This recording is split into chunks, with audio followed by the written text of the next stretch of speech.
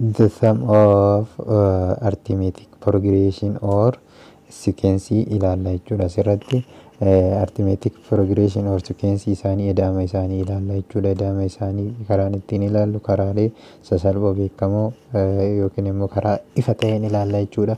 Okay, mee asirraa history Charles French gaasheesiin kun baay'ee nama ajaa'ibaati. Barsiisaan isaa gaasii kana gaaf tokko gaafii gaafatee gaafii gaafannaan maal jedheen lakkoofsa tokko hanga dhibbaa walitti eda'ii naa jedheen barsiisaan isaa. Mucaan xooxaa yoo si fixe barsiisaan ilaalee mucaa sirriitti ilaalee jennaan akkamitti akkatti hojjette jedheen. Akkaataan inni itti hojjete karaa salphaa kanaan hojjete jechuudha. Mucaan kun mucaa ajaa'ibaati. Maaltu dhalate barsiisallee sila maaluma dhalate jedhee ilaalee akka inni itti ilaalaa jiru ilaalee barsiisaa kana. Okay, akkam godhee jalqaba irra lakkoofsa tokko hanga dhibbaa barreesse sichi. Tokko hanga dhibbaa barreesse. Ergasii immoo dhibba irraa kaasellee ni barreesse jechuudha. Dhibba irraa kaasellee ni barreesse. Booddee irraa gadi walitti eda'e. Walitti yoo eda'u dhibba eda'u tokko dhibbaaf tokko. 99 eda'u lama dhibbaaf tokko. Akkasitti hanga dhibbaa deeme jechuudha. Ammallee hanga dhibbaatitti hunda isaatu yoo walitti eda'e dhibbaaf tokko. Kanaafuu dhibba baay'isuu dhibba tokkoo fi tokko irra lama. Sababni irra lamaa jedheen lama kaakunu asii fi asilleen jalqaba al lama barreesse waan ta'eef al lama sila barreesseef isa kana ta'e. Kanaafuu inni kun meeqa dhufee 5,500 dhufeef jechaadha. Haala kanaan hojjete jechuudha. Mucaan bifa ajaa'ibaa kanaan hojjete. Achirraa ka'ee foormulaan salphaan tokko nuuf kaayame jechuudha. Foormulaan isa kana jedhu achirraa ka'eetiin argame jechuudha.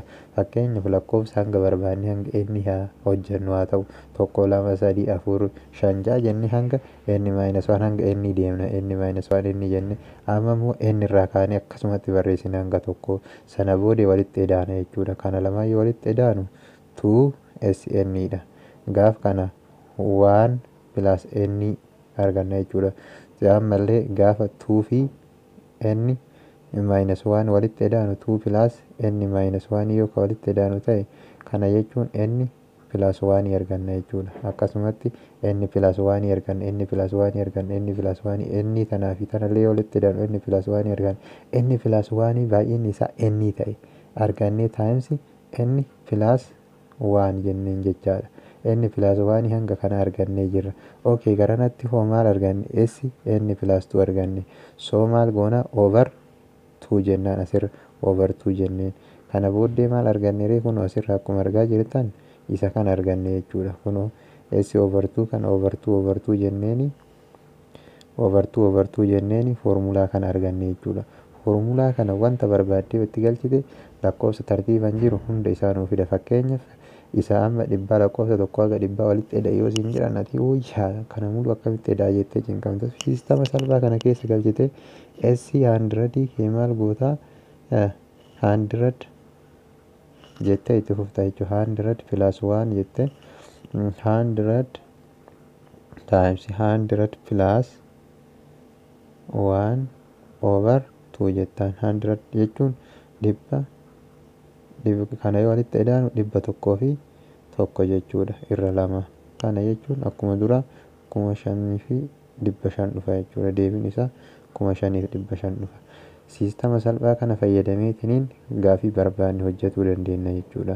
Ka 30 kanas ka 40 ka 50 fakkeenyaaf lakkoofsa eda'ama isaanii find the sum of first natural number jedha. S 30 jettaan s 30 jettaan inni kenna meeqa baay'inni isaa 30 eda'uu takka irra lama jettaan. 30 eda'uu takka kana jechuun lamaan 15 jechaadha. 15 baay'isuu 31 meeqa nuu dhufa 465 nuu dhufa jechuudha. Deebiin isaa 150 illee yoo barbaachisaa ta'e 150 illee s 150 illee barbaachisiin jedhe taanaan 150 eda'uu takka irra lama jettaan. 150 jechuun 75 jechaadha. Yoo simplify goonu 75 lama yoo simplify goonu kana jechuudha. Baay'isuu 151 kana yoo waliin baay'isu 11,000 fi 325 dhufa jechuudha. Haala kanaan hojjetama jechuudha. Kan itti aanu immoo waa'ee sum of general arithmetic sequence ilaalla jechuudha. Gara gadiitti inni faana bu'a. Sameeshinii isaa barbaanna jechuudha. Sameeshinii S hanga N'itti jechaadha. Ida'ama arithmeetikii kana yogguu barbaannu jalqaba isa kana barbaanna jechuudha. A1, A2 jechuun immoo akkuma beekamu A2 is equals to A1 akkuma general formula irraa AN jenneetiin kaaname AN is equals to A1 plus N minus 1 jecha N minus 1 times D jechaadha. Iddoo kana A1 A2 haa jennu AN jechaadha. A2 yoo jenne A2 barbaachuudhaaf maal goona A1 plus 2 minus 1 D jennaan jecha 2 minus 1 jechuun 1 D dha jechuudha. Kanaafuu inni kun maal nu ta'a D nu ta'a jechaadha. A3 jechuun maal jechuudha A1 plus what 2D dha. A4 jechuullee akkasumatti itti fufa jechuudha. AN jechuullee isa kana isa kana jechuun kanatti jijjiirama jechuudha. Summation of SN is equals to A1 inni qabna A1 plus jennaan A2 jechuun A1 plus what D. A3 jechuun immoo A1 plus dha jechuudha. A1 plus 2D jennee hanga AN jechuun immoo A1 plus N minus 1 N minus 1 D jechaadha. Asirraa kaanee amma salphamatti maali as keessaa koomanii ka qabnu A1 meeqa qabna A1 N qabna jechuudha. N A1 jennaan A1 jennaan plus jennaan booddee kana hoo into jenneen D jennaan jechuudha. Plus 2D hanga 3D illee jennee itti fufuu dandeenya jechuudha. 3D jennee itti fufnee N minus 1 D jennaan. Maaliif asitti akka giraa isin hin gabbaane jechuun asitti giraa bitaa isin galuu danda'a jechuudha.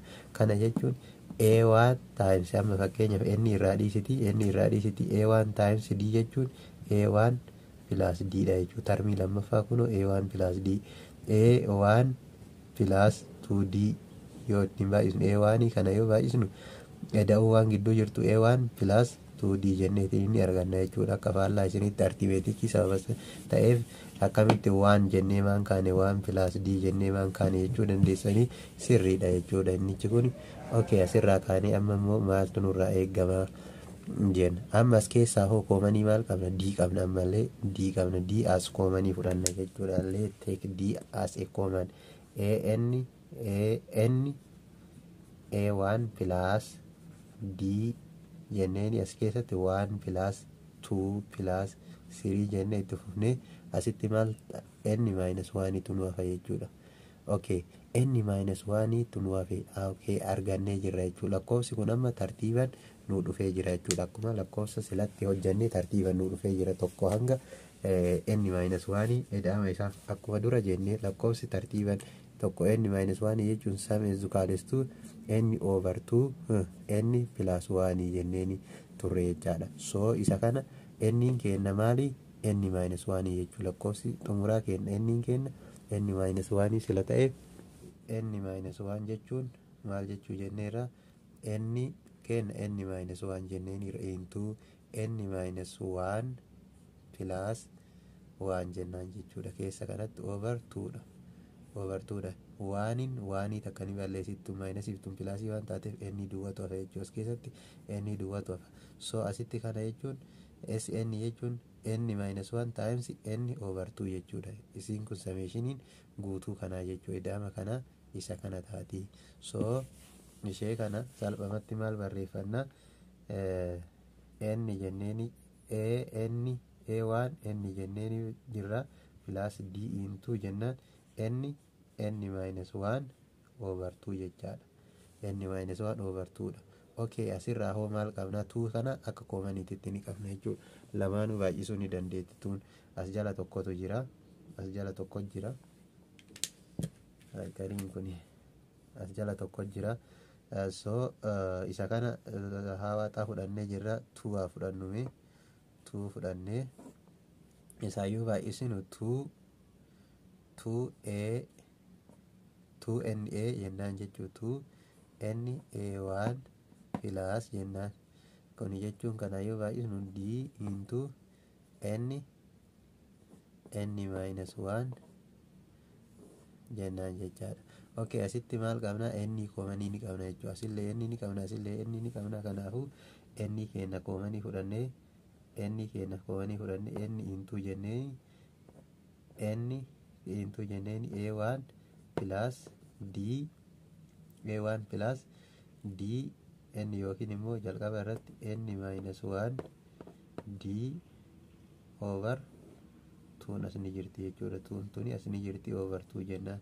Okay, asirraa kaanee immoo salphamatti isa kana jechuun immoo maal jechuudha jennee murteessuu dandeenya jechuudha. Already inni kun eda'ama sikeensii maalitti jennaani sikeensii ji'oomeetirikii jenneetiin murteessuu ni dandeenya jechuudha. Okay, isa kana already asitti isa kana argannee jirra. Isa kanarrallee immoo foormulaa biraa baasuun ni danda'ama jechuudha. Isa kanarra foormulaan biraa inni bahuu danda'u A jechuun 2A jechuun A plus A1 plus A1 jechuudha plus N minus 1 into D jenneeni as bira N tu jira jechuudha. As generally N over 2 ni jirti. Okay, isa kana jechuun immoo asirraa kaasne hanga asii AN jennaan jechuudha. AN jechuu kunooti AN kana jechuudha. Inni kun A1 times N plus N minus 1 AN dha. So iddoo kanatti isa kana barreessuu ni dandeenya jechuudha. Amma foormulaa keenya salphamatti maal jennaan SN keenya asitti N ni qabna into A1 ni qabna. Isa kana jechuun immoo plus AN jennaan jechuudha over 2 general foormulaa keenya salphamatti isa kanatti konverti godhannee hojjechuu yookiin immoo isa kanatti jijjiirachuu ni dandeenya jechuudha. Kana fakkaata. Fakkeenyaaf amma eda'ama barbaade nu haa kennu. Amma fakkeenyaaf haala kanaan nu yoo kenne 3,7 meeqan edaa 4 haala kanaan yoo itti fufutaa artimeetikii kana S10 barbaade nuun jechuu danda'a. S10 barbaachuudhaaf S10 ezukaalistuu jennaan maal N keenya maali? N keenya 10 dha jechuudha. Into 10 plus 1 over A1 keenya argachuu qabna jechuudha. Jalqaba irratti A1 keenya SN keenya 10 dha. A1 keenya maali? A1 keenya 3 dha. 3 jennaan plus AN keenya hoo AN keenya hin beeknu AN keenya argachuuf immoo jalqaba baay'ee salphaadha. Asirra maal kooman differensii keenya barbaachuu qabna jechuudha. AN barbaadna jalqaba. AN yoo barbaadnu kooman differensiin keenya 4 A1 ni qabna. Kanaafuu A1 keenya 3 plus N keenya 10 waan ta'eef N keenya 10 waan ta'eef 10 hir'isuu takka 9 baay'isuu D keenya 4 9 baay'isuu 4 jechuun 36 eda'uu 3 jechuun 39 jechaadha. Kanaafuu 3 eda'uu 39 jetteeni over 2 jettaan. Kana jechuun immoo 42 jechaadha. Kana jechuun lama yoo salphistu 5 42 baay'isuu 5 meeqa dhufa? Kana yoo baay'isu 10 20 dhibba tokkoo fi 210 dhufa jechuudha. Salphumatti SN keenya baay'inni SN keenya artimeetikii kana 210.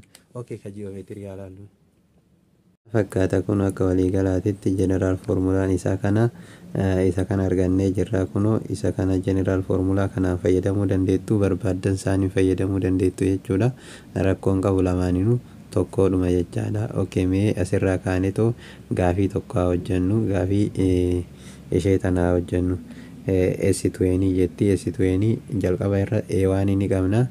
Kanaafuu kooman differensii nu barbaachisa jechuudha. Kooman differensiin keenya meeqa asitti 4 dha jechuudha. 4 jenneetiin itti fufa jechuudha. S20 barbaachuudhaaf nu rakkisu jechuudha.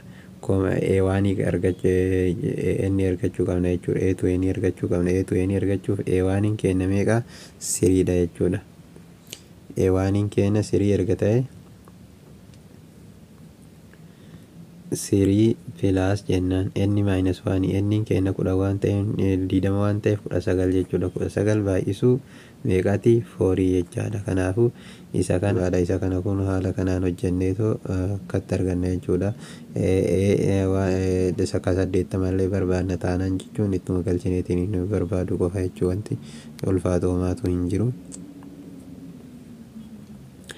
Okay, mee isii kana ilaallu gaafii asirratti gaafatte tanaaf gaafii tanaaf find the sum of first 35 term of sequence whose general term is n5 n5 general term ishee n5 dha. Kanaafuu a1 keenya maali? a1 keenya jalqaba irra a1 jechuun 5 times 1 jechuun a1 itti galchina 5 dha. a2 jechuun 5 times 2 jechuun 10 dha. a3 jechuun 50 dha. Akkasuma jedhee itti fufa. a35 jechuun immoo 5 times 35 jechuu 5 times 35 jechuun immoo 175. n keenya 175. Okay, a1 ni qabna an ni qabna salphumatti arganna jechuudha. 35 irra 2 baay'isuu jechuu ni dandeenya. a1 keenya meeqa 5 eda'u 75. 175 meeqa 180 jechuudha. 180 yeroo 2 90 baay'isuu 35 jechaadha. Kunoo 90 baay'isuu 35 isa kana dhufa jechuudha. Deebiin isaa isa kana. Kan itti aanus haaluma saniin hojjetama. Fakkeenya innis partialii jedha. Fakkeenyaaf isa kana hojjedhu jedha. Gaafii akkanaa kana yeroo baay'ee ni deddeebi'a qorumsarra yookiin exersaayisii keessatti illee argamu ni argitu. Gaafii kana maal barbaadie? If the n is partial sum of arithmetic sequence n is 3 n is the power of n n is termi n is partial sum isa kana yoo ta'u taate jedha. Maal n barbaadiya? Find n barbaadiya. Okay, fakkeenyaaf 3 5 7 9 haa jennu. Osoo eda'ama asii hanga asii nu kenne eda'ama asii hanga asii nu kenne eda'ama s 1 2 3 hanga tana yoo nu kenne ishee tan argachuudhaaf akkamitti akka argannu salphumatti argachuu ni dandeenya. Kana jechuun an haa jennu. Isiin sagalee an haa jennu. An argachuudhaaf maal goona? eda'ama hanga asii eda'ana. Eda'amni hanga asii kun meeqa? Eda'ama jenna guutuu isaa hir'isuu eda'ama ishee kana jechuudha. Eda'amni guutuu ishee sn dha. Hir'isuu sn minus 1 jechuudha. Maal 9 argachuudhaaf mee haa eda'anu? 3 eda'uu 5 meeqa? 8 eda'uu 7 10 meeqa? Arithmeetikii waan ta'eef 8 eda'uu 7 15. Okay, 15 eda'uu 9 15 eda'uu 9 meeqa? 15 eda'uu 9 24 hir'isuu jennaan sn minus 1 n irraa takka hir'ista jechuudha. Ishii tanarraa tarmii kanarraa takka hir'ista. Okay, 3 eda'uu 5 8 eda'uu 7 15 jenneen hir'isuu 15 meeqa dhufa? Walirraa yoo hir'isnu ta'e kana jechuun 14 irraa 5 jechuun 9 jechuudha. Takkarraa takka hin jiru. Kanaafuu 9 argannee jirra jechuudha. Deebii keenya salphatti haala kanaan argannee jirra. Kanaafuu sn minus 5 dhaan an arganna jechuudha. Isinii galee wanta jechuu barbaade s guutuu isaa walitti edaanaa. Guutuu isaa erga walitti edaanii sn minus 1 irraa hir'isna. Hangana as walitti edaanee irraa hir'isna. Eda'ama kanaa irraa hir'isna. Tarmii an keenya argachuudhaaf tarmii isa dhumaa argachuudhaaf baay'ee salphaadha waan ta'eef haala sanii yoo hubattan asirratti kunoo sn nu kennee jira. sn keenya 3 the power of n square dha. Minus jennaan sn minus 1 jettaan. sn minus 1 jechuun bakka s keenyatti sn minus 1 jechuun isuma sanitti 3 jetteetiin n minus 1 square goota jechuudha. n minus 1 square jechuun 3 minus jettaan n minus 1 square 3 into jetteeni n square minus 2n jechaadha. Minus 2n plus 1 jecha kana jechaan plus 1 dha. Okay, kana jechaan immoo irra raabsita jechuudha. Ogguu irra raabsinu meeqa dhufa? 3n square minus 6n plus 3 dhufa jechuudha. Okay, asirraa kaafnee maayinasiin ala kana ni jira jechuudha. maayinasiin ala kana waan jiruuf tuni maayinasiin as jirtu tuni jechuun kun asirra raabsamtee tun maayinasii taati. Kanaafituu wal balleessitii kun 6n dha minus 3 6n minus 3 jechuudha. Maaltu an keenya 6n minus 3 kun asirraa argannee jirra haala kanaani. Kan itti aanu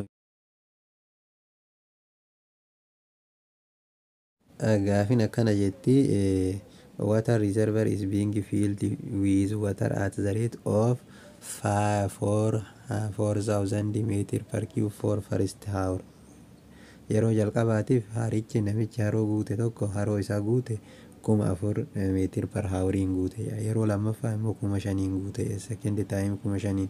Yeroo sadaffaa immoo 6,000 guute. Haroon kuni akkasumatti reetiin inni ittiin dabalaa deemu jedha. Sardi haawurii irratti akkasumatti inkiriis ta'a kumaan inkiriis ta'a deemu jechuudha.